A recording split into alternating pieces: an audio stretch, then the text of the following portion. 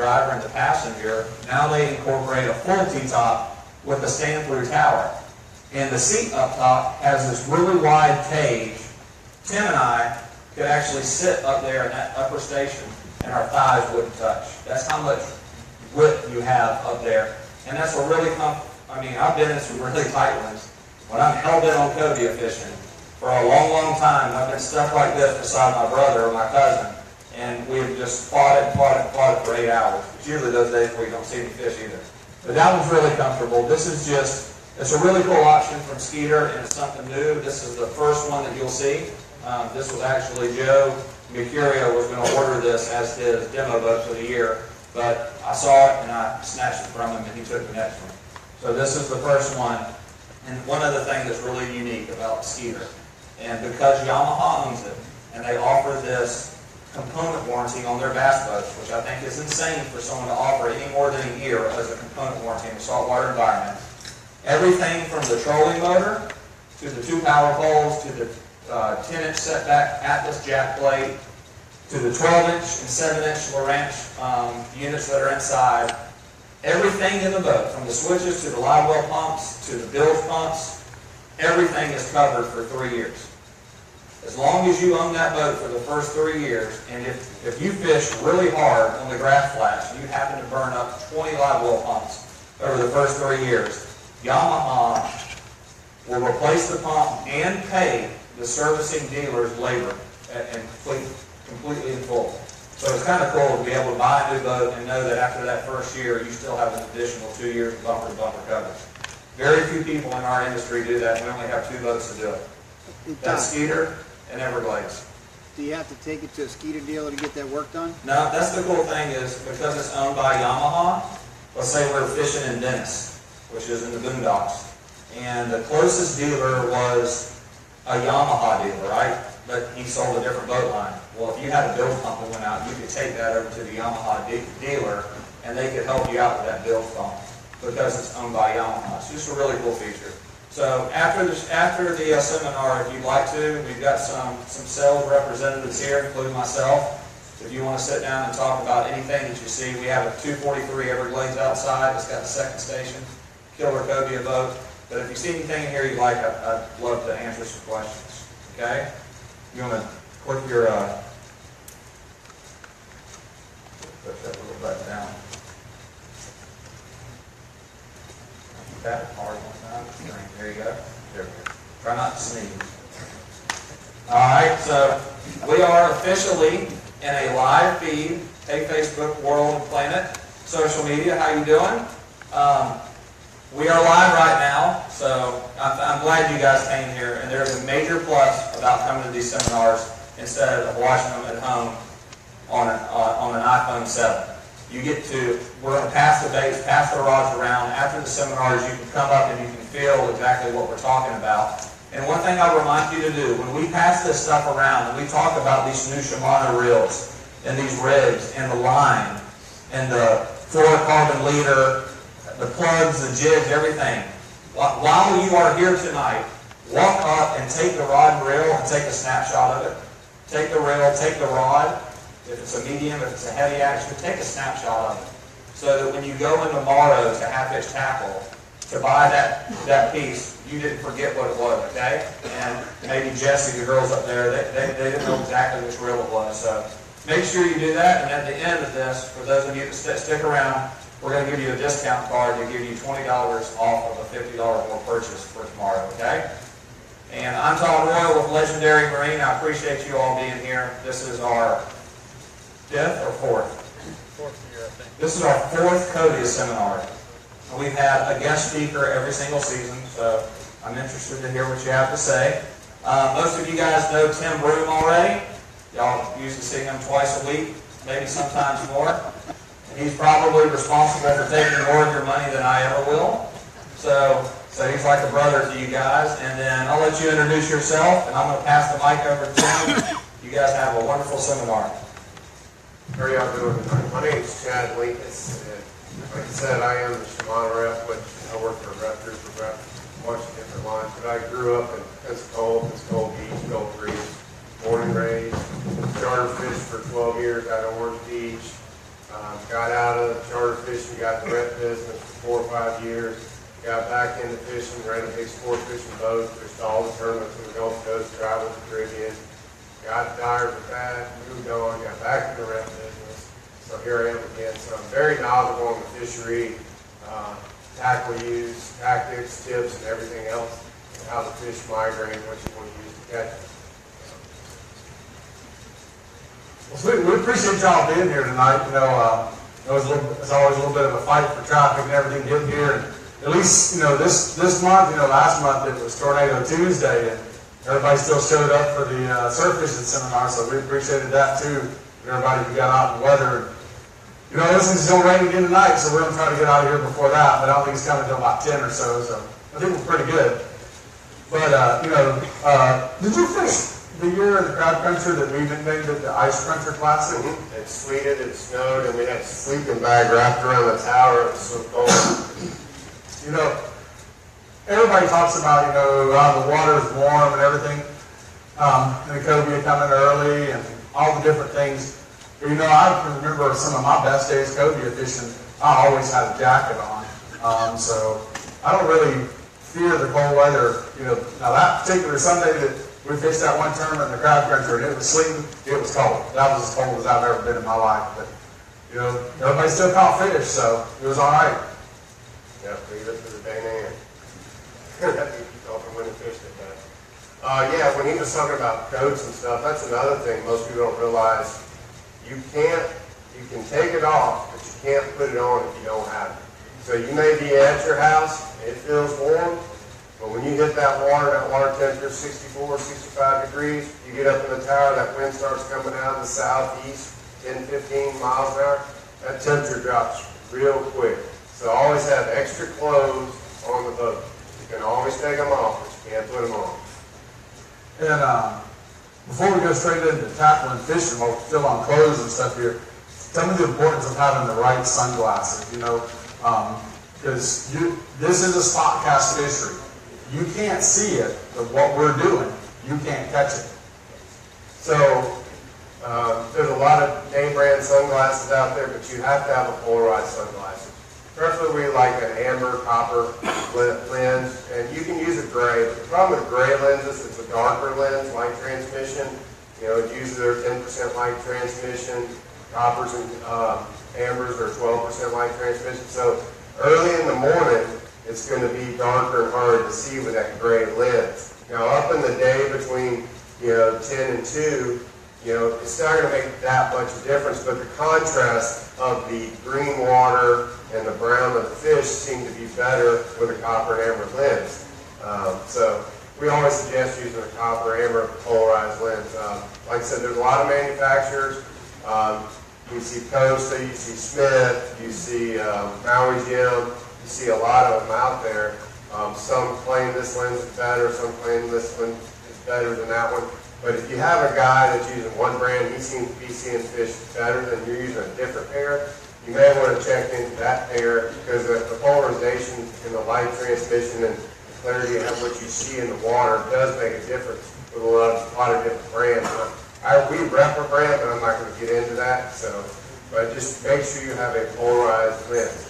And there's a lot of, you wear a prescription. I wear a prescription now. I have prescription sunglasses. And make sure the sunglass company you deal with does their own prescription and polarized. A lot of them will turn into a third party sometimes. Sometimes you're not getting the lens the company makes, or you're just getting the company frame.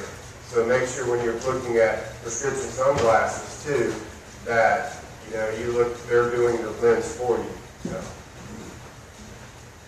So, Dr. Ring, don't you do prescription doses? So, you know, around here, if you look at all of our charter boat captains and deckhands, they almost exclusively wear Costa Del Mar lenses. Seems to be one of the most popular ones around here. If you need prescriptions, Dr. Rain, he's here at most of our seminars. He's a local ophthalmologist, I said it? Optometrist here in town. He can hook you up with a pair of prescription I ordered doses. mine today. I ordered a brand new set of progressive bifocal copper, blue titanium, Costa frames. Sweet. Yeah, brands, we do rep Costa on the cast and glass side, and we do have a different rep that does you, Kelly, and them. But yeah, another thing I found out when I first got my prescription I've always used glass lenses. Glass lenses scratch the leaf. Now you can drop them and break them. They make poly lenses. But I found out with prescription, depending on how radical the curvature is, with prescription, glass can be real heavy. So when you're looking at prescription, your optometrist would tell you which lenses are going to be lighter for you. Most of the time you want to use a poly lens. You know, just FYI, because I wish I would have got poly when I got my first prescription because they're kind of heavy. Wearing them all day. So, why don't we start with rods and reels? What kind of tackle do we need to do this? Is there one secret to it, or what's the variety? I know we brought in several different things to talk about tonight. What's the ideal setup? So you'll see people with a lot of tackle variations on boats. They have manual reels, they have bail reels, they have 8-foot rods, 9-foot rods, 7-foot rods. If you're not fishing on a pier, you don't need a 9, 10-foot rod. You're not trying to out-throw somebody. You can get away with 7 to 8 foot if you want. Because the bigger the rod is, the harder you're going to be swinging around in the boat. The boat, you're driving to the fish. So manual bail, I grew up fishing the manual bail like Tim did on the piers. I don't fish them anymore. I don't have to when I fish in a boat. I'm not trying to outcast somebody and all that. Bail reels is what I use now. Whatever's comfortable, because you'll try to mimic what all these professional guys that grew up are using. Use something that you're comfortable with using and throwing. Don't try to use an apparatus if you're not used to throwing, like a manual bail or something. Or even, some people are used to conventional, casting. Grew up with bait caster types and like a big conventional type. So whatever feels comfortable to you. But, I wouldn't suggest anything over an 8-foot rod. That's going to be overkill. You're going to want something medium, heavy to heavy. Now, rod manufacturers or custom builds have different labels of rods. A medium heavy on one may be wider than the heavy on some and vice versa. So you're going to want something you want to fish 20 to 30 pound line or 30 to 50 pound braid. And you want something that's going to fish if you're fishing jigs, you're going to fish with a rod that's probably heavier than one you're fishing with for eels. Because the eels are pinfish or pinfish type live bait, the jigs are going to be 2.5 to 4 ounces. But like I said, stay under 8 foot, 7 foot if you're comfortable, because a lot of times you're driving to the fish, you're not trying to see the fish from here, the door over there, oh, we're going to catch him. No. You're going to get in line with him and all that. We'll talk about setting up on fish and all that. But with reels, technology has changed a lot. You don't have to have a heavy tackle. I grew up fishing mono. I fish up in the braid now. I can have a smaller reel, an 8,000 or 10,000 size. It holds 50-pound braid. It'll hold almost 400 to 450, depending on which size. And I use it for Cobia, tarpon fishing. The same rods interchangeable what you're using for. So to hold that big weight all day, you're standing there. You don't have to do all that. So. Like Chad said, I grew up fishing with a reel that has a manual bail. And I'm not even really going to take this one necessarily and pass it around because I don't really want to teach y'all to fish this way. But what we mean by manual is that the reel doesn't have a bail. You have to physically take the line off and put it back on this little roller system. And it works great as a jig rod, but when we're setting up our boat, you'll notice up here on the tower that there's 2 rods that are up on the front of the boat. So those 2 rods would actually be rigged with live eels. And then we would have the 2 outer rods off of the tower up here, one with like a mullet on it, and maybe one with a mingo snapper or a pinfish or something. And when you're driving down the beach and you have a reel that has a manual pickup on it, and it's a really windy day, it has a tendency to want to blow the line off of this. And all of a sudden you'll pull up and you'll see a fish, you'll go to grab the rod, and you look behind the boat and there's 500 yards of line behind the boat. So this, even though this is my own personal rig, I wouldn't suggest you fish this way.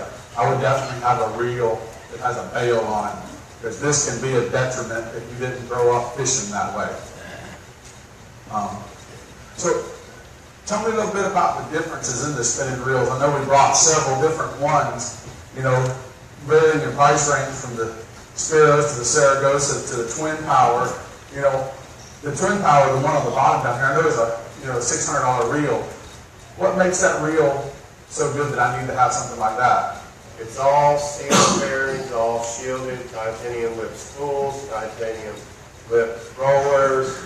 It has all cold forged gears, and I don't know if you're familiar with cold forged. Cold forged is where you take a piece of metal, no heat, 20 tons come down, there's your gear. It's not machining, it's not hot metal. You get an imperfection, stronger gear, 20% stronger, thicker. It uses some of the lightest materials of the aluminum out there. It uses the most performance cross-carbon drags. So, and it's, if you feel the weight of this as you go up, this one weighs about 8 ounces lighter than this one, and price-wise. So when you're looking at higher end reels and they start putting all the high end materials in them and making them lighter, stronger, then you're going to look at a light rod. You know, this rod here is aluminum. It weighs roughly about 8, 9 ounces. This rod feels almost like it weighs a pound. So if you're holding this all day versus holding this, you know, it gets cumbersome, your wrist gets sore. You can hold this all day. I mean, you pass them We're going to around, pass these around so and you can feel the weight difference.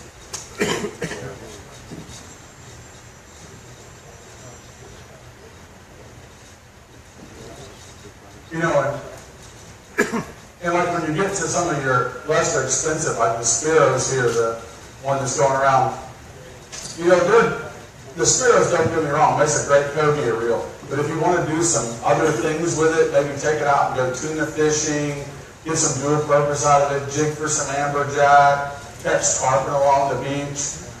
It should pay to have a reel that can do multiple things instead of having to have multiple rods and reels for the same thing. I had to charge last time I used it last September. So I know you said that now you've kind of made the conversion to braid. What made you make that switch to braid over monofilament? Because, you know, I know we all grew up fishing with mono. What's the major differences in the braid to the monofilament? One thing about braid is it doesn't have stretch. It doesn't have memory. You know, mono can twist, mono has stretch. It doesn't fray as easy.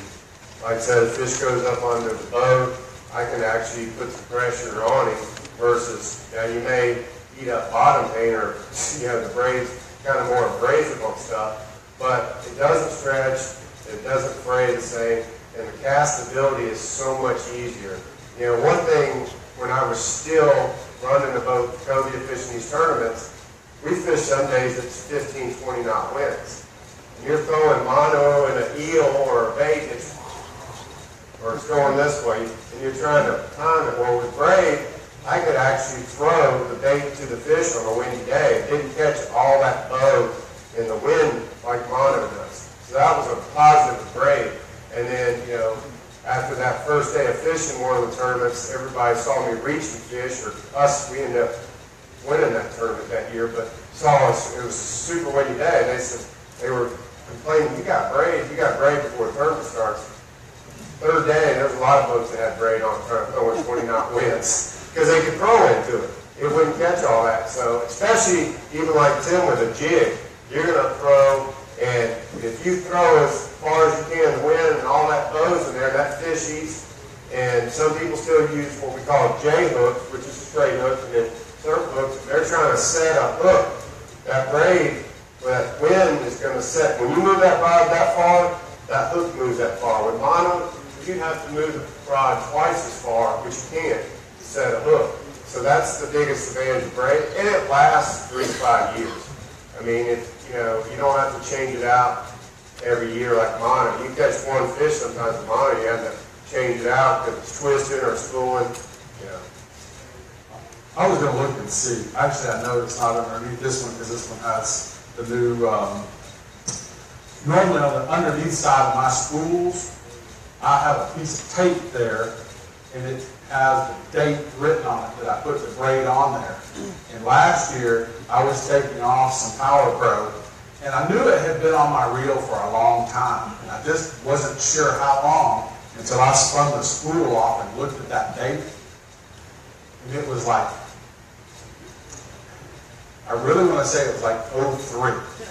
I had it on there 13 years. I've got some stuff that has it on there 7, 8 years too. You know, so it does, there is a significant lifespan to it. So over the course of the life, it is a fair amount. It's actually less money than mono over its life.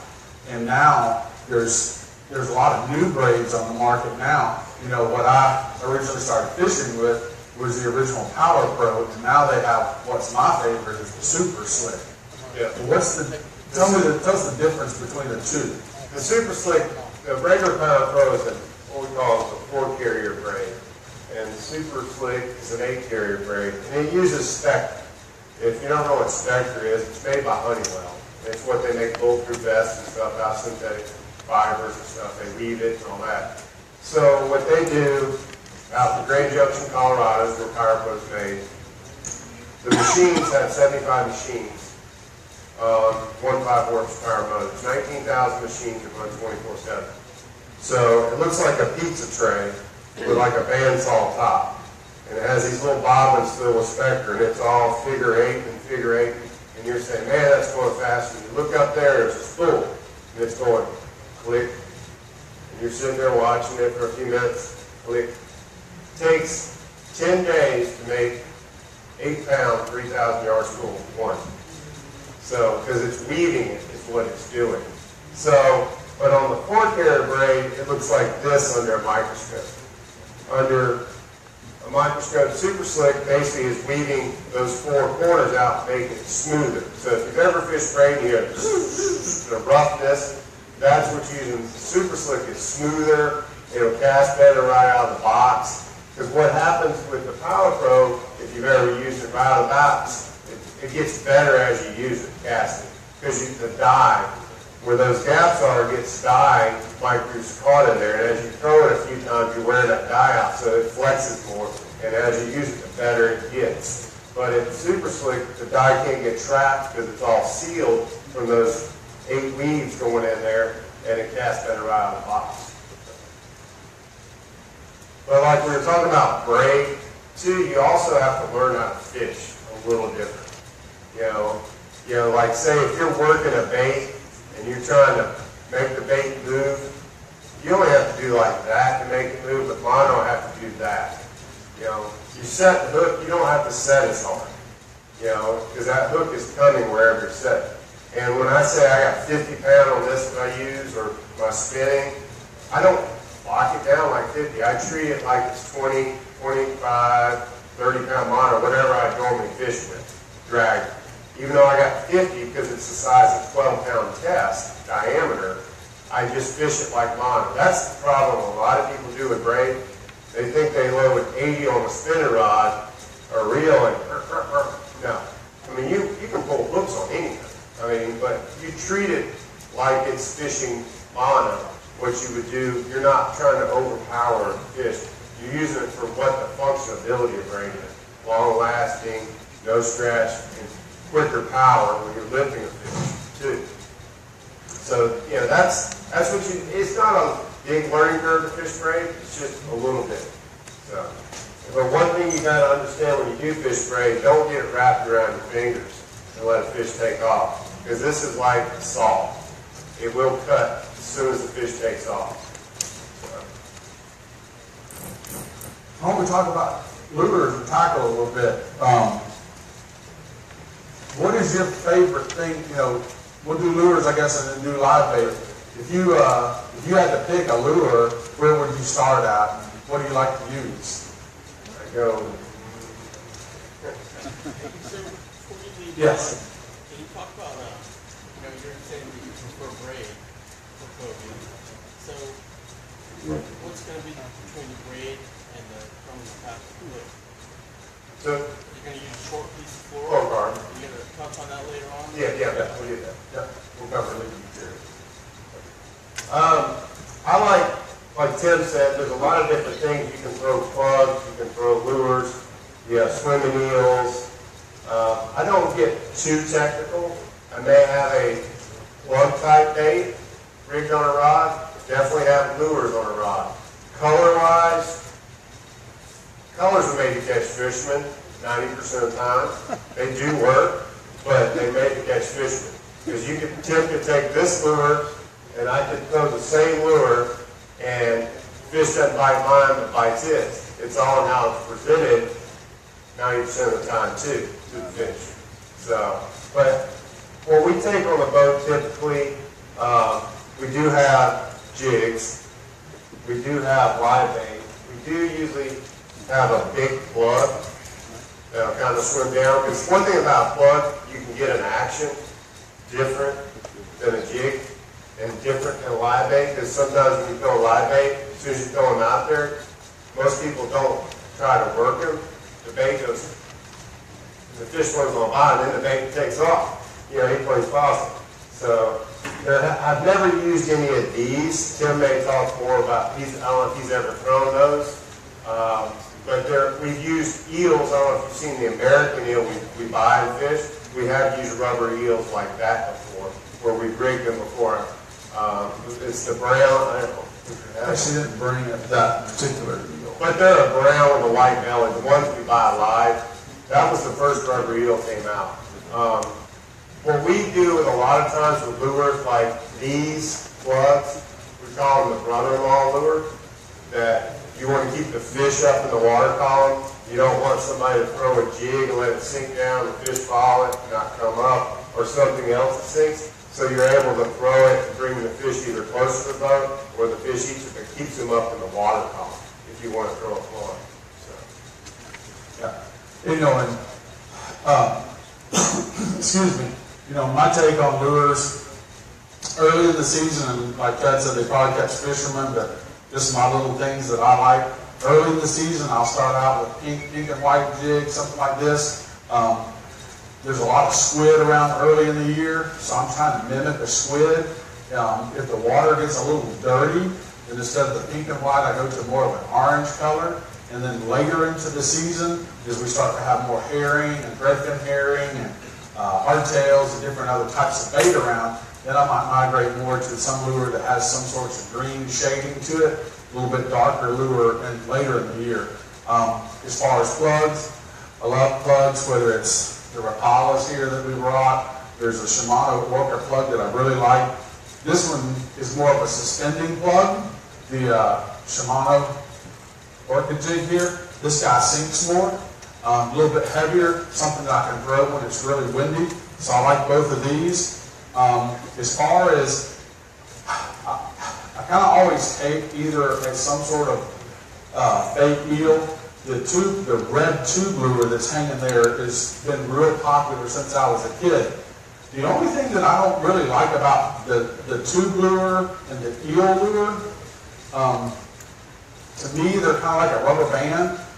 You know, anybody who tells you, well, I've never lost a fish on a jig before, they haven't caught very many cobies on a jig. Because I'm telling you, the hookup, you know, the catch ratio on a jig to me is probably around 65%.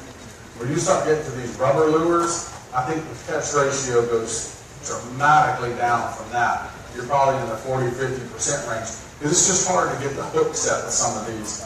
But it's always good to have options because, you know, like I said, when I set up my boat, I like to have a couple eel rods up front. I like to have a couple fin baits, a couple jig rods, a couple lure, stick bait rods, because I want to be able to make some quick presentations to these fish as we see them, because I never know what that fish is going to want to eat. So I like to have a lot of options to be able to throw at them, and having that all. And if you're going to tournament fish, it's good that you set your boat the same way every time. That way, all your buddies get used to it. They know which rod's going to have an eel. They know which rod's going to have a jig. They know which rod's going to have a mullet. There's no second guessing. It's like, all right, somebody grab the mullet rod. Well, the mullet rod's always in this far right corner. So there's no question to where it's at. So I do like to set my boat up in certain fashions. When you're looking at jigs, you know, some of them cost more than others. You may see some jigs somewhere at $2.99, $3.99. A lot of times the hooks are too small. Make sure they have a good 9-aught hook in the jig. You know, because what happens, they put the short hook and you can't set a hook with the fish when he bites. And another thing with all these lures, they're great and all, practice. The biggest thing you can do is put this on there and go out there and throw off your dock or on the beach or just whatever and practice. Don't put this on and never thrown it at a fish or seen how the bait works or how to present it to them when you see the first 50-pounder, because you're going to end up messing up or something else. It's best to learn how to cast, what the lure, what action you do with the lure to make the lure do its thing. And when you see the fish, you've got all that down in your mind of what you practice. And, practice makes perfect, And when you're, and we'll get to it when we get to fishing, but where to throw and what to do, but definitely practice casting if you're going to throw baits and lures and stuff like that, because it definitely will improve your fishing 100%. I don't care if you do it one time all year, you at least have an idea of what you're doing. When I used to take people fishing for charters, before we got out looking, we'd get them out there because they wanted to throw. I'd make them cast 30 minutes on the bow, making sure. The guy used to run big sport fishing boats for him. I'd make him sit in his house wherever he lived and take a ride home and just throw. I don't care if it's throwing from here to there, learning how to control that. Because, nobody wants to hook a fish and hand it. You all want to throw, so the best thing is learn how to throw the bait you're going to throw as far as artificial. So we had the question earlier about leader material. I know we're going to have leaders on our lures and our hooks. Tell us the difference in leader materials that we would use. So, you have different leader materials and size. All the years I tournament fish and Tim does, if something's not working, you can scale down, catch fish, as far as leader material size. Normally, we start with a 50, 60-pound leader, as far as maybe putting on a jig. You don't need much on a jig, because what happens, you get too much, and you go to throw, you end up hitting yourself or your buddy in the head, too much slack. So the fish don't have teeth.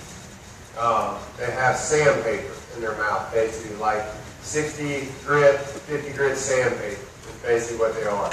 So you don't need a heavy leader. The only thing they have on their body that could potentially break you off is the spines on the dorsal. Right behind the main dorsal, or front of it, there's a set of spines, and usually the spines are down until you put them in the boat when you're trying to hold them. That's when they're off guard. But their skin is smooth, their gill rakers are smooth, so you're not going to get frayed off.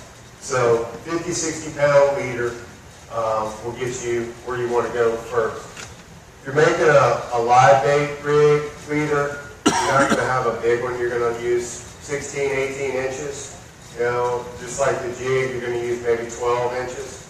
And even same way with eating the lures.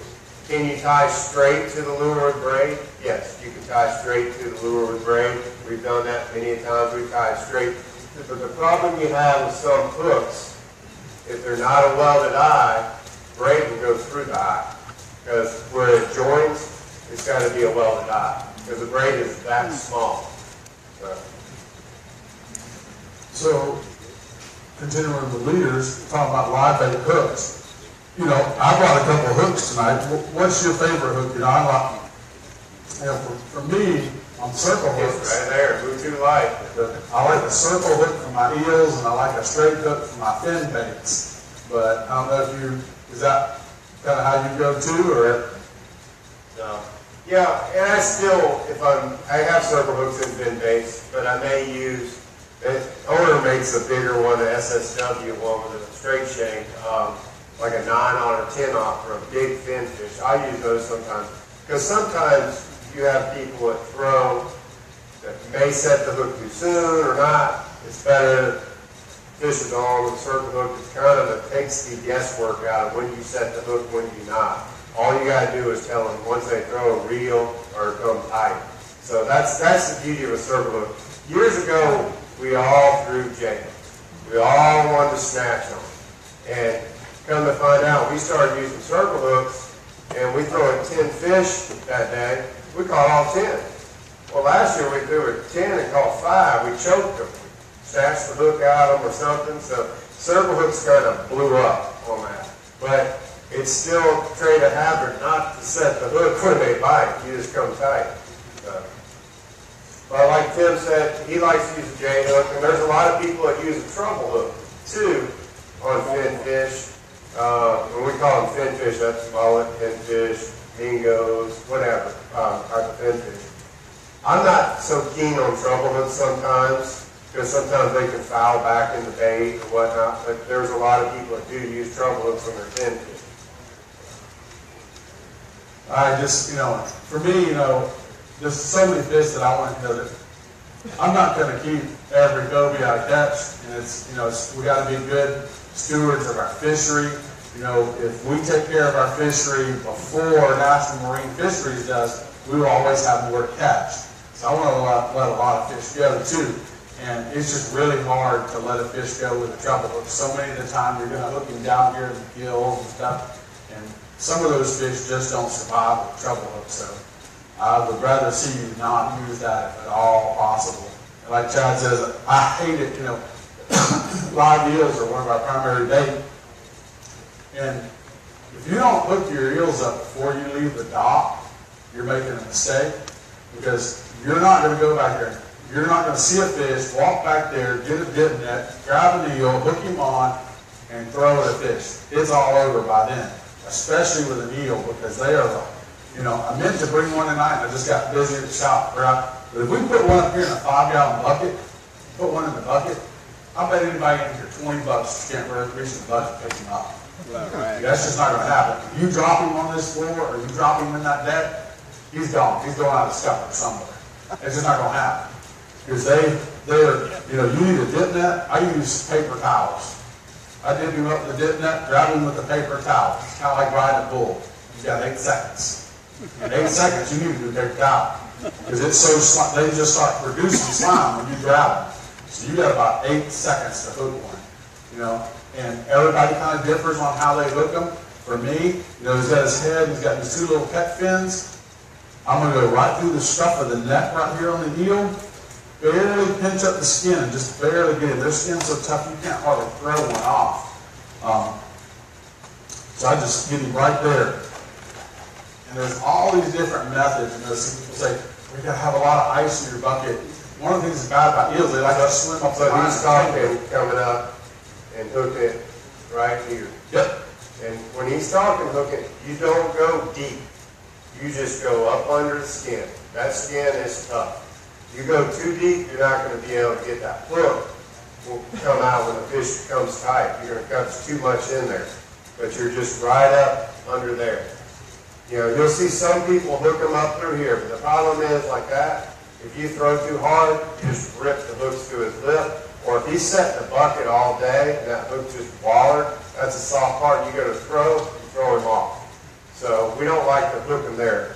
What's nice when you hook him by here, you can unhook him, put him back in the bait well, whatever, for the next day, in the live bucket, in the water, and he'll still be alive. This one, the lips will be split, it won't be done. Some people will come in and hook them through the side and come out the corner of the eye, that way too. But like Tim said, I like hooking them like this, because when you throw them, you swim down. They're going to swim down anyway, but when you pull him, he acts like a planer too. When you're pulling him, he'll look back to you. So. And you can have a couple 5-gallon buckets strapped up on the bow of the boat with the eels in.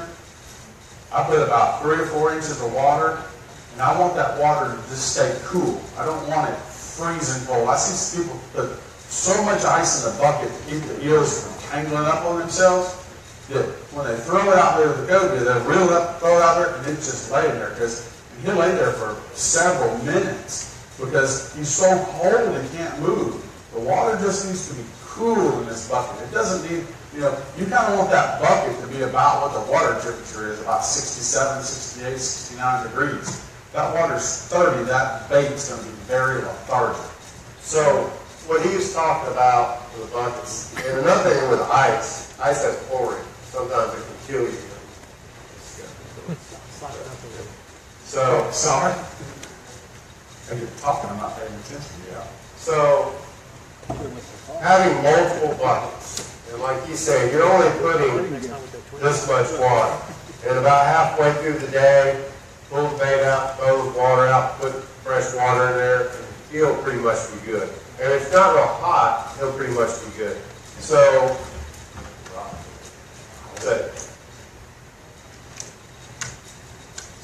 say Tim has got it in the rod holder. I don't want this like that. Because what's going to happen, the eel's going to look like this. He's contortionist when he's done. He's going to wrap up the line and tangle up. What you want to do is keep the line tight where his head is just in the water where he's swimming around. Where he can't sit on the bottom as much, but he can't, his head's not out of the water. And you will have to leave a little bow with the wind, depending. But what we do different than some, we have little clips we'll put right there on the side of the bucket. So we have the distance. We want to keep it tight so he doesn't wrap, and we clip it right there. We don't sandwich it in there hard. We just put it on the edge. So when Tim sees a fish, he just barely touches that rod, and he winds up. That way, you're not, a windy day, you don't have to worry about the tension as much either. You can do that. So, but the main thing is, what we'll do a lot of times after we first hook them up, I'll take and just drag him behind the boat a second, settling down just a second. So I've got just idling, not taking off, just get him calmed down, because he's mad you just stuck the hook in his head. So we'll let him calm. Once he calms down, we'll put him in there, and he's settled. Then we'll move on to bait other ones. And like Tim said, you'll have a bucket wherever, bow or here, but you can put towels. They make a pretty cool little thing that bucket fits in if you don't have a bucket holder on your boat or something that's like rubber and the bucket won't slide. Yeah, and bucket stops. We got bucket stop. And those are great. But just say Tim wanted to put eels on his boat, he'd have a bucket for 3 eels he'd probably have on his boat. Yeah. And then he would have the live wells back here. He may leave the hatch open or just lightly shut the hatch, depending on how rough it is, and have the fin fish swimming in the live well so the aerator's going the whole time. Because if you put a fin fish in a bucket, you're going to be changing the water about every 30 minutes. Because he's going to be starving for air. The eel will come up and breathe. He doesn't have to have the oxygen. The only reason it starts getting the eel and kills him, it starts getting hot, the water. So, the main thing is, just change it out once a day is all you do. So we talked a lot about rods and reels and line and lures and everything else, but what we haven't covered is how are we going to find it? We always talk about spot casting. What are we looking for? Where, what kind of water depths are we fishing in? We forgot one thing. Okay. We forgot the other equipment. Yeah. The gaff, the net. Now this gaff is kind of small. Yeah, I didn't have the right size. So you're going to want a 5-inch hook, a bigger hook on this. What's this like? That's a 3. Yeah. So you're going to want a bigger hook on that. With this gaff, a cobia this big, probably so. But you're going to have a little tough time with a 50-pounder. All the years fishing and all the tournament fishing we did in the 90s when the cobia fishing was really in its heyday, we all liked the gaff. Well, we did find out all the fish in the tournament were 88, 87, 89, 88 and a half. So gaff leads fish. We went to netting. And we went trial and error with nets, Graybill or whatever, built bigger, heavier nets for all of us, so they wouldn't go through the net. Even though the net hoop was big enough, the net wasn't reinforced. So what we found out with the net, the fish doesn't act up. You can take and put a 100-pound fish in this net, and we have put many 100-pound fish in nets in the 90s, and you hoop, and he'll lay there on the back deck. You just set him in the boat. You gaff one and put him in the boat, he's going to go crazy. And like Tim said, being a steward releasing fish, hey, it's a good day, you've already seen 5 fish. Well, if you want to let something go, and keep on going, netting is the best way to do it. It's easy. It doesn't take a lot of skill. It just takes the boat driver and the netter and the angler to be on the same page. But If you have a gaff and that's all you want to go with, so be it. But one thing with gaffing is not picking up and putting in. Gaffing is one hand over another in the boat. You know, it's not a sheep herder hook and all that. When you gaff a cobia, it's one motion in the boat. You don't gaff and pull because you're going to end up ripping him off or hurting somebody else. And make sure if you have a cooler or the boat's big enough for the cooler to go into, or nobody's in the way, it's one motion to where you want him to go. If you don't, you have to throw him in a little corner. Make sure you have a towel or something to throw on him to hold him down. You know, because if you put a towel over his head, he will calm down. So. You know, I can tell you a story about gaffs and nets on cobias. One year, you know, I've probably told this before, but I'm at the Hog's Breath Cobia tournament, and I was doing the weighmaster job, and one of our local boats comes in, and they caught this cobia. It was like 89 pounds. And when they got to the dock, of course it was in Hog's Breath, so they had to bring them by truck. Well, when that cobia got there, it had 3 big gaff holes in it. It was laid on the tailgate of the truck and was wrapped in 3 beach towels. And that fish weighed 89 pounds. And Miles comes in about 5 fish later, and his fish shows up, and it's in an SSI cooler. It was the time before Yetis. This cooler is full with a slush brine. The fish was perfectly iced in slush, not just ice, but ice and water. The fish had been netted. Well, Miles's fish was about this much shorter than Kirk's fish, and it weighed 106 pounds. And the difference between first and second place was about $60,000 that they won just because they netted their fish instead of gaffing fish. Yep. Big fishing tournament in 2010 won aggregate by 0.8. Second place boat gaffed all the fish we netted. And, you know, fish bleed. You know, it's 10% ounces. for all. It's a lot of ounces. People understand that. So, but in netting, the fish is a lot calmer in the boat. You know, he's not, even if, once you set him in the boat, he's just going to sit there.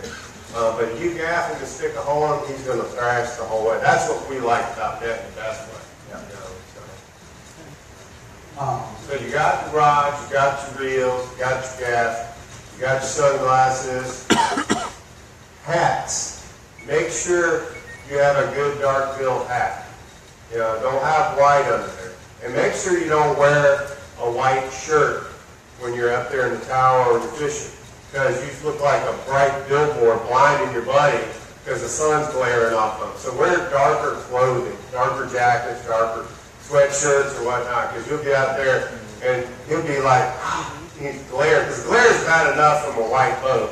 You just don't need any more glare beside you. So wear darker clothes because that helps with the glare around you too. So basically we got everything, what we're looking for. The fish are coming up here to migrate, to spawn.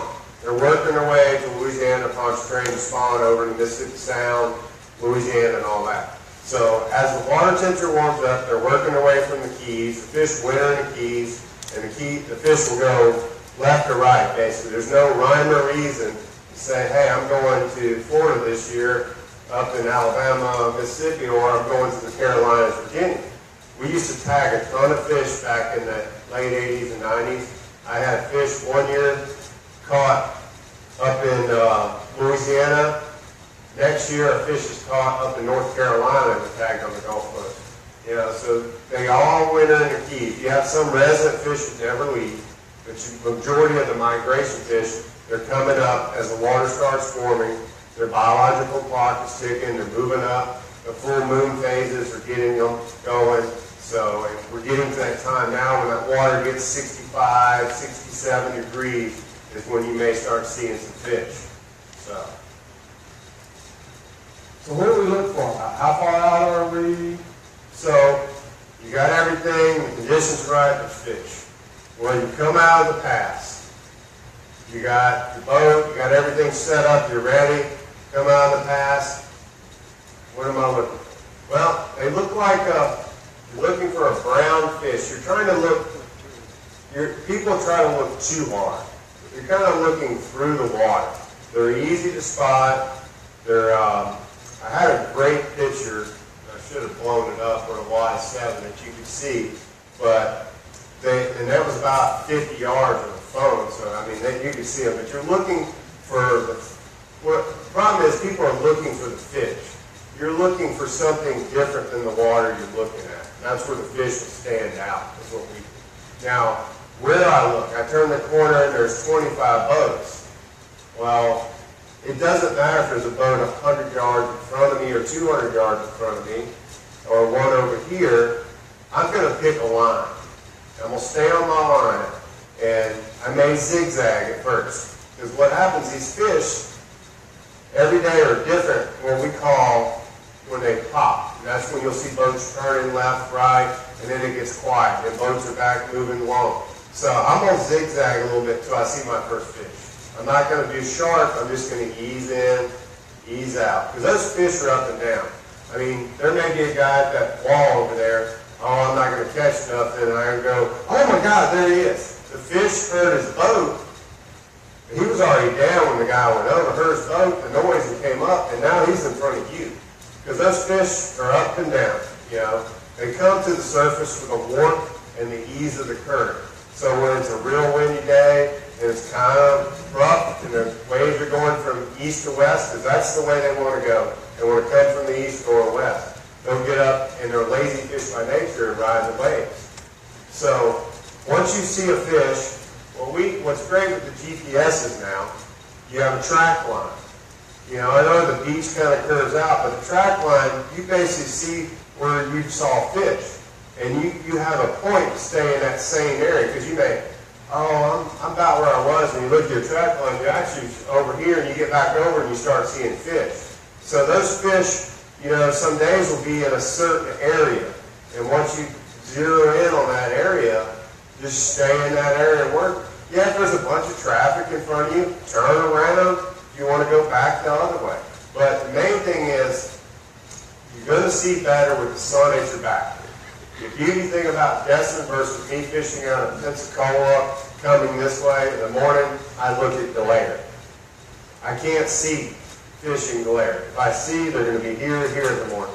Here, you can ride the sun to the west. You see better with the sun at your back. Coming home, you have the sun at your back too. So the glare isn't completely gone. It's all behind you both ways. So I want to have the sun at my back the best. If I don't, I want to focus all my area to where I can see. So if I'm going in the sun and I can see way off to the left, I'm going to focus there. I can't do nothing for that fish that's 5 feet in front of the boat when I finally see him because the glare is so bad. I'm going to run over it.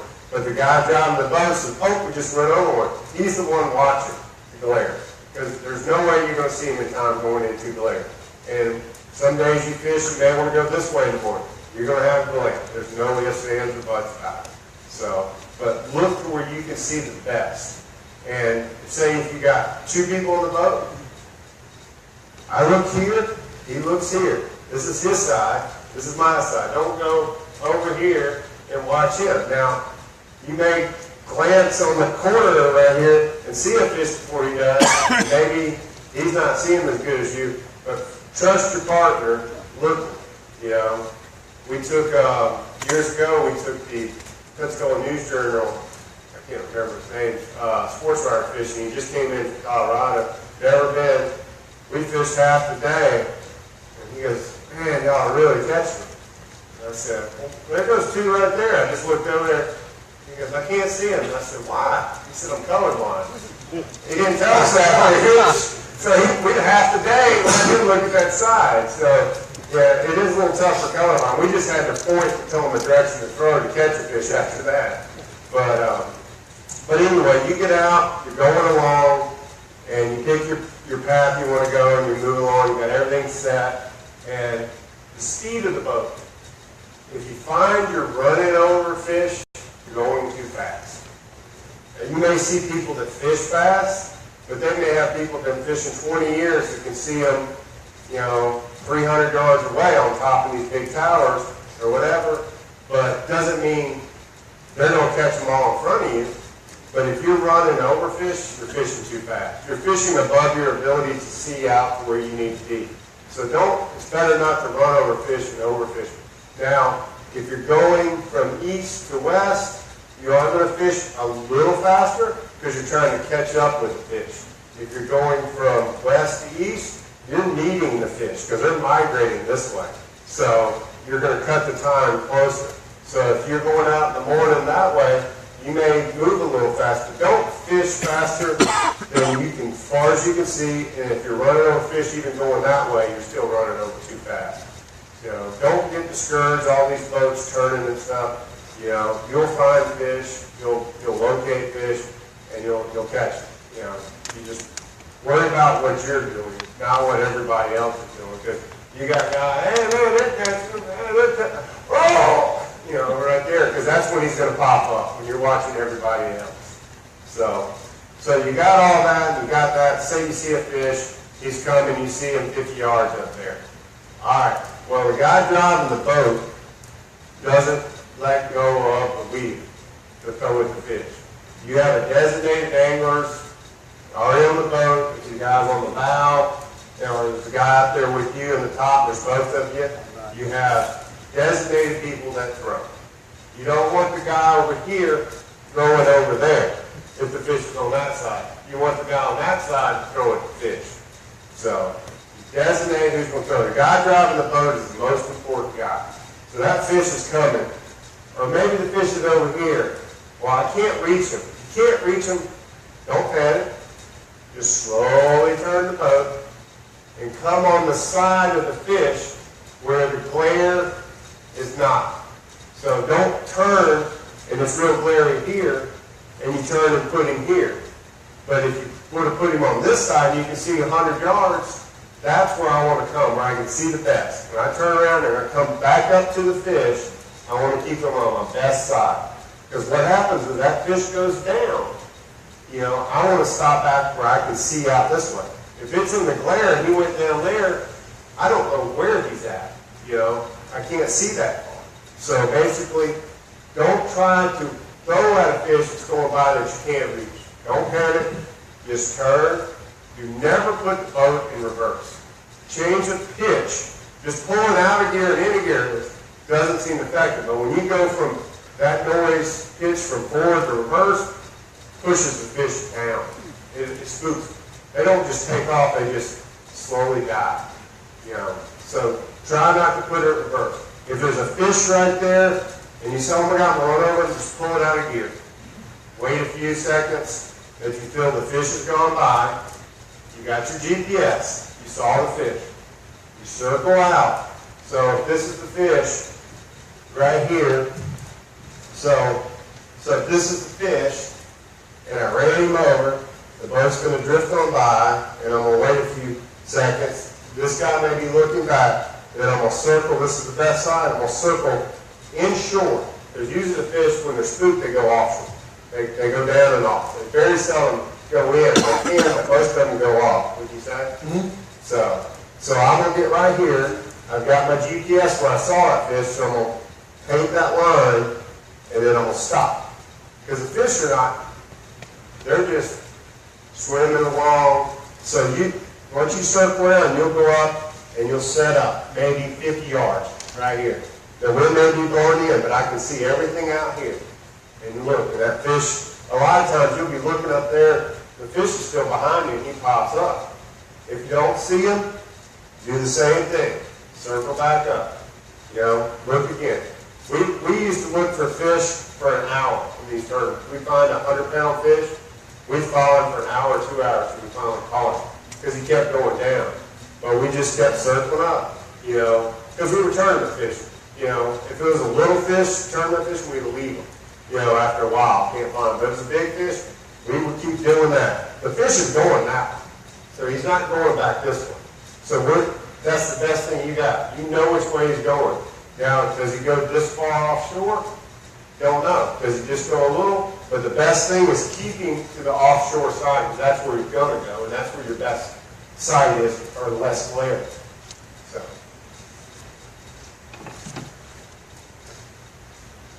So do you like to start out the day more fishing up close on the sandbar, or do you fish out deeper? Or so early in the morning, on the full moons, when you have the full moon, That's when the fish, their roe is the thickest. That's when they're real ornery. They're real puffed up. They got eggs are full. They explode in that full moon because barometric or the moon tide phase. They like to get in shallow water because of pressure. And usually most of those that time of year on a full moon are going to be in the sand. Early in the morning, but they're off the beach fairly early. And some of the full moon days, a 5-day window between the full moon and after, kind of window, that's kind of some of the hardest fishing because fish are real early and they're real late and they're real close to the beach. There was a tournament we fished one year. The first day there wasn't hardly any fish caught. So I said, that's full moon, man. We should be on the beach. We left and it was dark when we left. We were rubbing the bar inside the sandbar in the beach at 6 o'clock in the morning where there was no glare, there wasn't nothing. You couldn't see it right there. We caught 9 fish before 9 o'clock. Didn't see another fish the rest of the day. Those fish were in there and what they moved off. Does it happen all the time? No, but they do. That's where they're going to be, and that's like when he was talking about catching them off the beach, pompano fish. That's when the pompano fishermen usually catch them like that, especially on the full moon. I usually start about where the color changes, what we call, where the green water turns to, I wouldn't say blue, it's the bluish green water, is where I like to start. But some days I'll fish a mile and a half off the beach, because that's where the fish are at. We've gone 3 miles off the beach. That's why I said where that zigzag pattern is. There's so much pressure, those fish maybe are staying off. But it seems to be when the high tide, they'll follow a tide too. They'll push to the beach. And then they'll push back off as the tide pulls away. And follow that tide line. You'll see the slick. You won't see the tide line like you see in Destin out of the pass. But you can see something that resembles the tide line, that slick area comes in, comes out. Neap tide, horrible time to fish. But if that's the only time you can fish, it is a horrible time. The 2 days of nip tide and the day after are the worst time to go. For some reason, it just shuts them down, what I found. There will be a few fish caught, yeah, but those are some of the worst. You usually get 1 or 2 sets of nip tide during March and April, but those are usually the worst, and sometimes they always fall in a tournament. But like I said, I usually start at the color change. And if you know what I'm talking about, the color change, you got the second sandbar and it just fades to that dark abyss kind of, that's the color change. And then if there's a lot of traffic, I may move out. But up in the day, when it's 10:30, 11 o'clock to 2:30, you can sit on the color change and see all the way to the beach. So you can see, unless the fish is in the draw, sitting on the bottom, you may call the piers. Hey, what'd y'all catch yesterday? If you know somebody fishing for, where were all the fish being seen? Were they in the trough? They saw a bunch of fish in the trough. Hey, maybe you're going fish tomorrow and that's where you start. Or were they all past the end? We used to know a lot of people grew up fishing the pier and we'd ask them where they were seeing the fish. Especially on the full moon days. They've never seen a lot of fish at that time. So when I was talking about the boat placement and everything, getting the fish, and you get the fish, it's best, if you have to throw a fish like that, it's great, but the problem is when he eats, he's facing you. It's best if you can throw, or he's turned, you're going that way, or turn around and get back up to it. Like I was saying, turn around, you pass him, ease back around, because he's going to swim away from it. Because the worst thing with the J-hook, if you try to set it up and he's facing you, he's going to go open that mouth and the hook's going to come out. Because the fish people are called crab crunchers. They have tremendous crunching ability. Some of the big fish we caught, you could open their mouth, stingray barbs, all in their mouth, just broke off in there. They're tough. They can take this jig and hold it.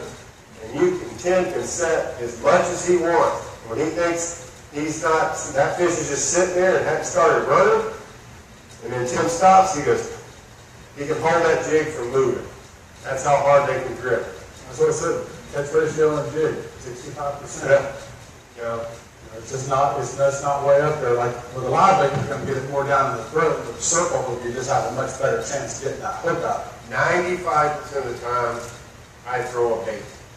A live eel first, fin fish. The jig is kind of always going down, or it's a turtle. Because fish follow turtles now. More leatherbacks, the black turtles versus the green, which you catch them. Fish will follow them, but a lot of times the turtle won't let you get close to him. You know, he's already going down, but if you can reach him with a jig, you may be able to pull a fish off and catch it. Doesn't guarantee you which one of them you're going to catch. There could be a big one, a little one, but you know, that's what the jig is there for too. Or it's like those quick days when you have to throw it, but 95% of the time we throw a bait on the fish. We want that sure thing. You know, it's great to catch them on a jig, but some of the years, the last few years, the fish have been few and far between. I want to make every shot count. So if I'm a Cobia and I'm coming down the side of the boat over here, where do we throw out? Are you actually throwing at me, or where does the bait or the lure need to hit the water? So I'm on the boat going this way. You're coming this way. So if I throw right there, you know, the fish is going to eat right here. The guy turning the boat is going to keep the boat, pull it out of gear and turn away. The fish is going to turn right. Or I'm going to let the fish get right there and throw where he's behind me going that way. With a circle hook, you know, all you're going to do is come tight. You start lining. Once he starts pulling drag, start lining. You know, with the J hook, as soon as you see him eat and turn, you're going to want to start setting the hook. But like I said, we love circle hooks, especially with eels. It's pretty much a 90% hookup rate most of the time, as long as the eel doesn't get fouled. You know, sometimes, you know, people don't look at the bait when they pull it out, and the hook's fouled in the side of the eel. Even though he's not wrapped up and tangled, he's not fouled. He ain't fouled. So, but I want to throw at least 4 or 5 feet in front of him. I don't want to hit him on the head. You know, I don't want to hit him on the tail. You know. And you have people throw, because sometimes, yeah, they may spin around and eat, but sometimes you spook them. I like to lead the fish. And what I do, sometimes, say if that's the fish right there and he's going that way, I may throw, you're better off to throw past the fish and bring the bait to him than trying to make the perfect cast. Because when you throw past him, that fish coming, you wind that bait towards him, he sees it, and he'll run up there and fast instead of just trying to hit perfect every time. We throw past a lot of them to bring it to him because it acts like a little more action to him, more natural that he's swimming than something just went splash in front of him, too. So. But another thing we do, say you have mono or braid, we always have a rod rigged up with 30-pound fluorocarbon leader if we're using braid, or 30-pound mono straight hook. You don't use a heavy leader. Sometimes we use 20 pounds. And the reason being, some of these fish are finicky. They've seen hooks, they've seen everything. We'll have an eel with that rigged up where we can pitch it. And a lot of times you can throw a leader, a lot of them, and other stuff, and they won't bite, but they may bite that. We caught a 110-pounder going to the crab country one year, threw everything in the sink at him, caught the 2 60-pounders with him because they wouldn't leave the baits alone. And finally, the only thing that fish bit was a no-leader eel. Well, the only reason he bit a no-leader eel, the 60-pounder I had on the line coughed the eel up. He ran up there and ate that, snatched it out of his mouth. The other guy was standing there, put the no-leader eel in there. The fish thought that was the same eel and ate it. He didn't eat the no-leader the first 2 times. Something fired him up. So always be ready when there's a pair of fish. You know, be ready to throw something at the moment's notice. You may throw, he won't bite. Don't try to wrap your buddy up, but if he doesn't bite, but be ready because something may fire that fish up. He may cough something up while you had the other one on. So always be ready for it. And always have as much different stuff like finfish, mullet, pinfish, croakers, ruby lips, mingos, anything different. You can take a fish and throw 4 different baits at it. He just puts his head up. Throw something else. And it was like he never saw it before. That's happened a lot of times, especially with mullet.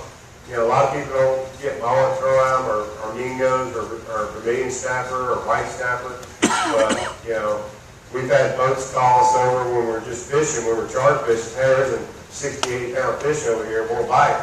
What have you thrown at him? Oh, they hadn't thrown this. Pitch it out there, and the fish act like he's never seen nothing before and eats it. So always try something different. Don't be discouraged at every fish. If he doesn't want that jig the first time, don't throw it again. If he doesn't want that eel, don't throw it again. Try something else. If he doesn't want to bite, he's a big fish, stand back and follow him. Watch him for a while. I've seen fish cough up stuff because they just ate, then they go to eat. You know, so, you know, just take your time with it. I think I got a question. Yes, yes. When you do the mullet, or pick each fish, but let's say mullet, what's the smallest you should consider using? What's the biggest mullet you should consider using? We had a 103-pounder, either red snapper, about that big. Reason being, he was in the middle of 20 fish, and all the fish were 20 to 50 pounds. They couldn't eat it. They were eating everything else we were throwing at it, and she could eat it. You know, so that's, but, you know, anything you can get helps. I mean, sometimes early in the year, thin fish are hard to get, but it's something you can throw that's not going to hit the water and just die. You know, cigar minnows work great, so you know how small a cigar minnow is. A herring works great, a northern. So that covers a small bait, but you want something lively. And I always like to hook a bait in the mouth. Because the reason being, he doesn't swim backwards. If he hits the water and he stuns and the fish swims up there and he's not doing, I can snobble him and make him do a little tail move or whatever. But if I hook him in the back, there's no action. So that I always hook, I like the baits in the front. So you go from underneath? Would a 10-inch mullet or a 12-inch mullet be too big? It'll be too big. It'll be too big on a 20, 40-pound fish, but not a 60-plus pound fish. So that's the size of the fish. You know, a 30-pound fish has a mouth about that big. He can open it. And he may be tough for a mullet that's 12 inches. But a 60-pound may open his mouth that big. That's not a problem for him.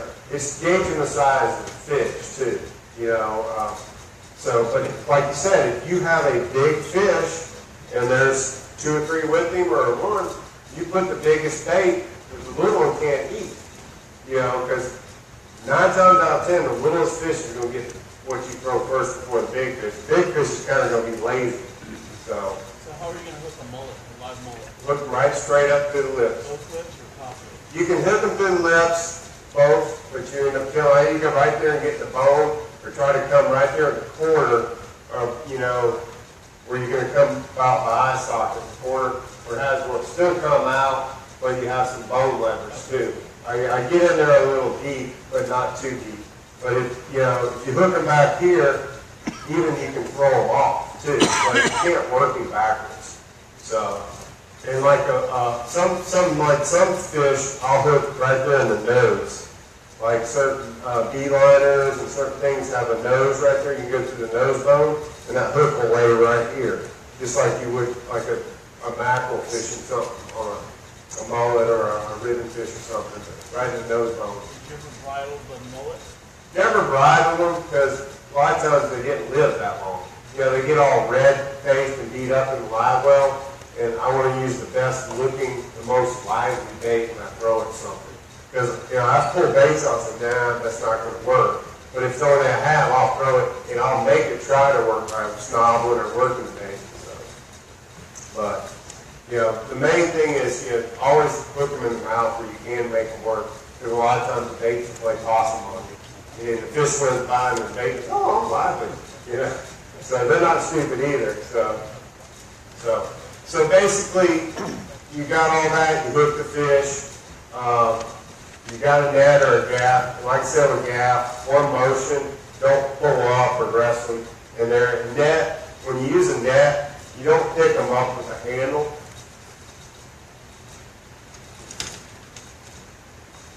That's kind of tight. So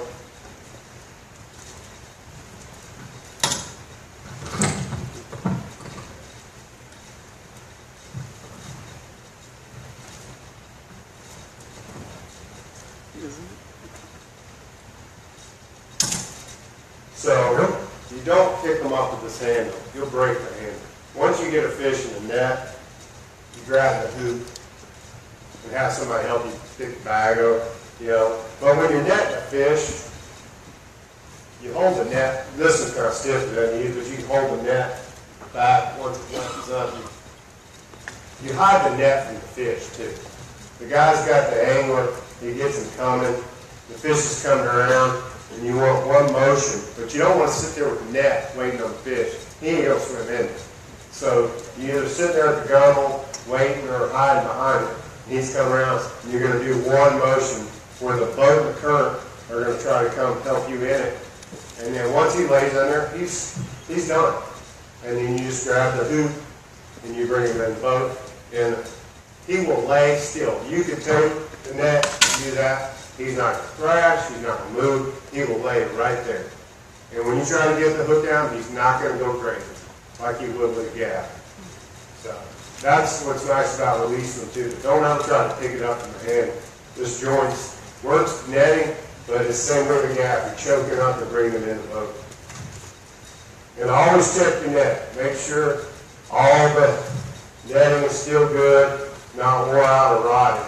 We have a good friend, Bob Sharp, went fishing. The guy had a rotted net and he had a 100+ pounder. They picked the net up and we went straight through it when they picked it up.